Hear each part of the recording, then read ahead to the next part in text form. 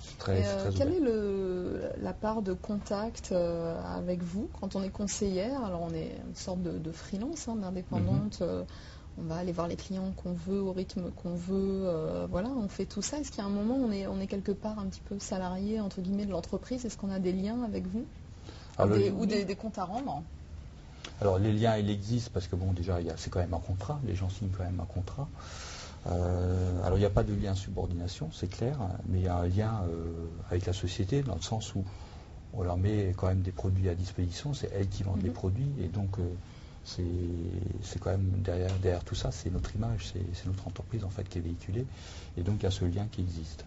Et donc pour garder ce lien, en fait nous en local et donc chaque responsable de réseau, donc quel que soit l'endroit où il doit animer en fait sa région. Et donc c'est à lui en fait, c'est nos ambassadeurs et c'est à eux de mettre en fait cette relation en place. Donc en Alsace, les gens sont un peu privilégiés parce qu'ils nous ont en direct. Ouais. Voilà. Donc encore une fois, on fait au minimum une réunion mensuelle, on fait un point sur l'activité qui s'est passée, l'activité à venir. Alors on met en place tous des processus en fait de challenge, de motivation, ce qui est normal. Il faut que les gens soient motivés. Donc là, dans le dernier, on a mis en place des challenges pour les 3 mois qui viennent, donc sur des voyages à gagner. Enfin, voilà, il y a tout un processus en fait, mais ça, c'est très typique et très. Tout le monde, en fait, toutes les sociétés en direct ont ce processus-là et c'est normal. Il faut trouver un moyen de fidéliser vos conseillers. C'est une problématique particulière de gestion de ressources humaines. Tout à fait.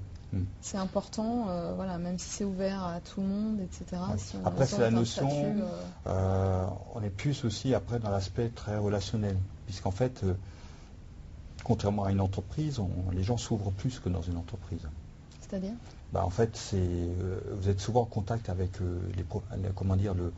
la problématique des gens, vous êtes plus souvent à l'écoute des gens, aussi de leurs problèmes. Ils se confient. Ils se confient plus, on est souvent des confidents. D'accord. Voilà. Et donc, il faut le savoir. Alors, c'est intéressant, c'est riche dans le sens où, effectivement, ça permet de faire avancer les choses. Mais il faut simplement aussi savoir mettre les limites. C'est la difficulté peut-être dans ce métier-là. C'est que les gens, ils peuvent se sentir bien dans un contexte où ils sentent qu'en fait la société présente va les aider. Mais qu'en contrepartie, il faut que ces personnes aussi se mettent, créent quelque chose avec la nature.